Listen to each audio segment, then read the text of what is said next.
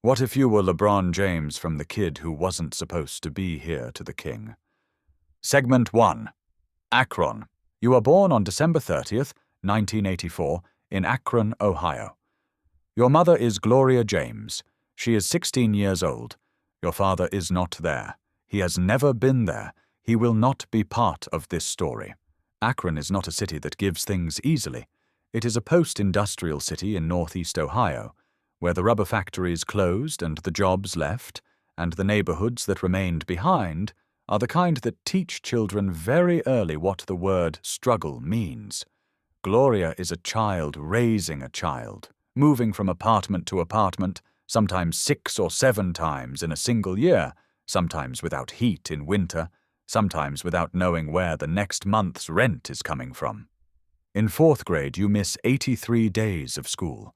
Not because you don't want to go, because moving again and again means the school changes, the faces change, and eventually you stop trying to keep up with what changes and just try to keep up with where you were sleeping.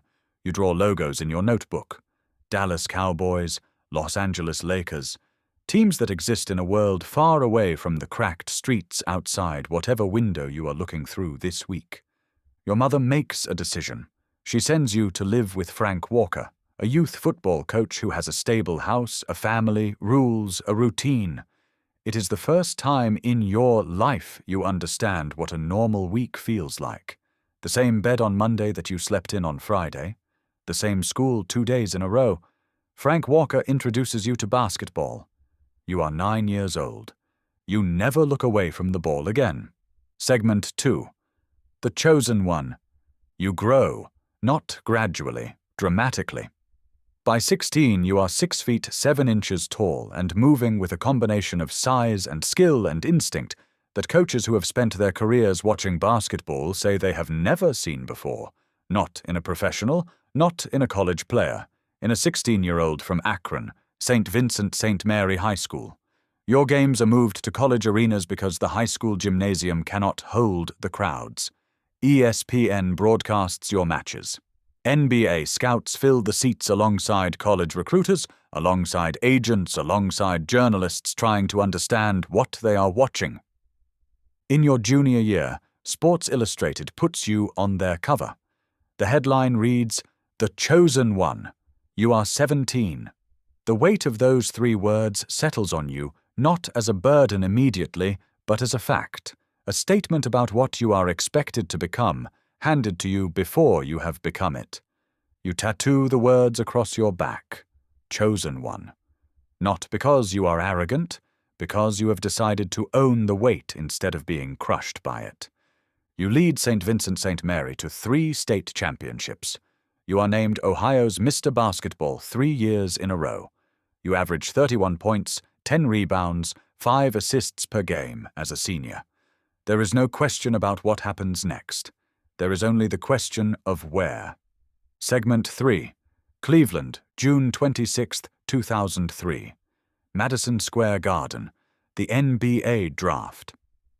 David Stern steps to the podium. With the first pick of the 2003 NBA Draft, the Cleveland Cavaliers select LeBron James. You hug your mother. You are 18 years old.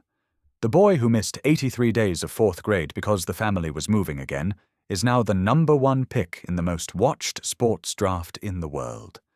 You are wearing a suit that costs more than anything you owned for the first 12 years of your life. The Cavaliers are terrible.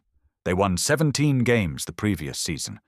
They have selected you because they need everything: a player, a franchise, a reason to exist. The city of Cleveland has not won a major sports championship since 1964.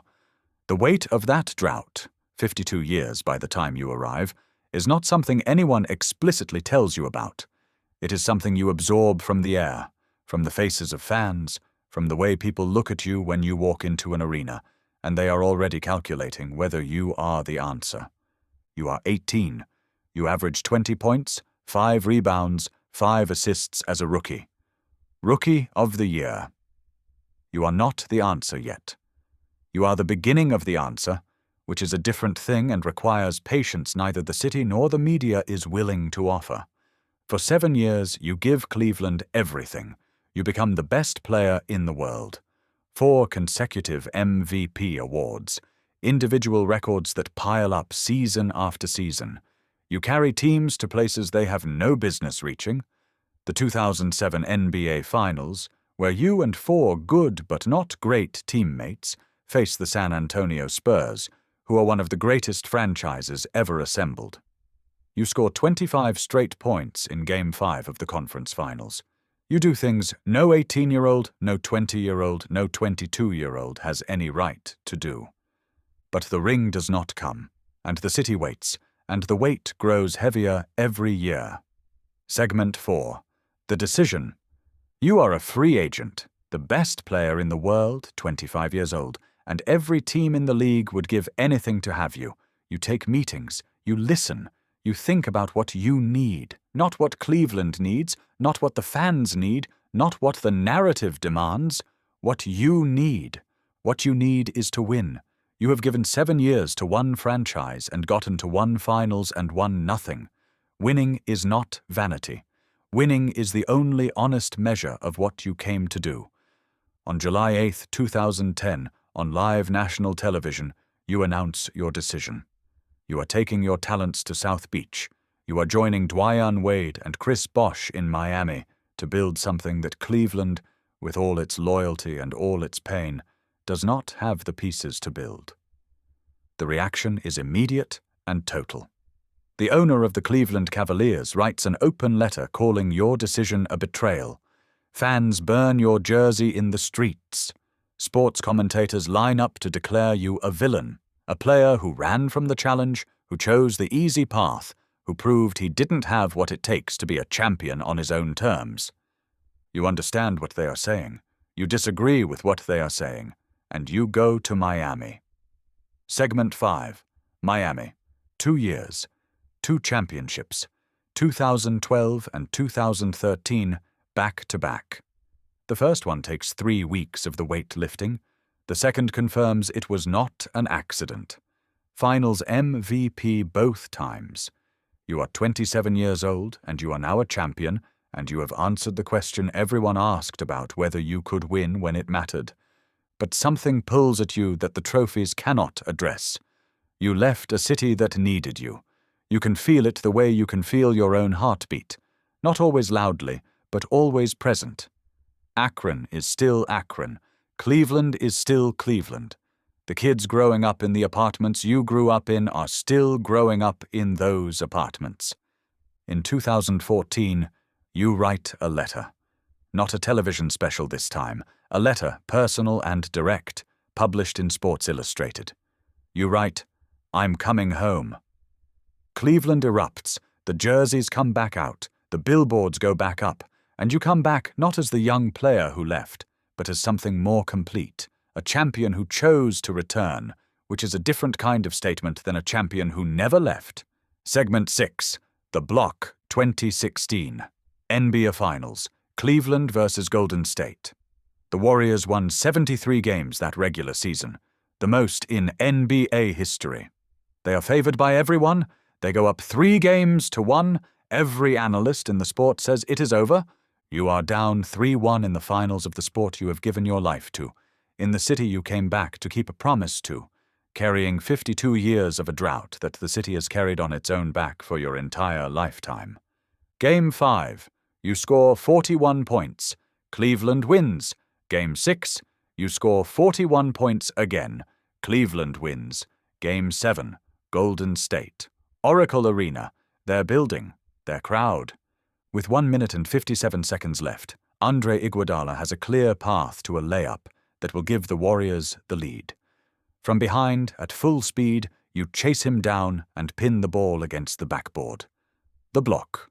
A play that should be impossible at your size, at this moment, in this game, with this much on the line. Cleveland wins the championship. You fall to your knees on the court and you cry.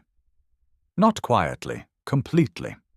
The boy who drew Lakers logos in notebooks in apartments he was about to leave behind cries on the floor of a basketball court in a city that waited 52 years for this moment, and the city cries with him. Segment 7. The School. In 2018, you open a school. Not a fund, not a scholarship program, an actual school. The I Promise School in Akron, a public elementary school designed specifically for the children most at risk of falling through the cracks that you fell through in 4th grade. The children who miss school because home is unstable. The children who draw in their notebooks because the world outside the notebook is too uncertain to look at directly. The school provides not just education but housing support, food, job training for parents, bicycles for students. Everything that would have helped the version of you that missed 83 days. When asked if winning 3 championships is his greatest achievement, you say, "I do mean it. Opening that school, I do mean it. It is. You are worth more than $1 billion. You have won 4 NBA championships with 3 different teams, the only player in history to do so. You are the all-time leading scorer in NBA history. You have been to the finals 10 times. Your name sits at the top of every statistical category that matters. And the thing you point to is the school." Segment 8. What remains?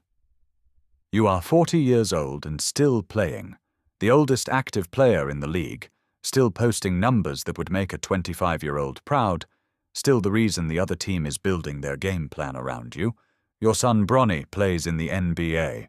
You have become the first father and son to play simultaneously in the league's history. The boy from Akron who had no father is now sharing a court with his son. A sentence that would have been unimaginable in the apartment without heat, in the school with 83 missed days. You said it yourself. I am not supposed to be here. I was that kid who moved from place to place. I was that kid who didn't know his dad. I was that kid who was supposed to fall through the cracks. But you didn't. And the reason you didn't, a football coach who offered you a spare room, a mother who loved you completely even when she had nothing else to offer, a city that put a shield around you when you were small enough to need it, is the reason you spent everything you earned trying to make sure other kids from your streets have someone to offer them the same. You are not just the king. You are the kid from Akron. That was always the more important title.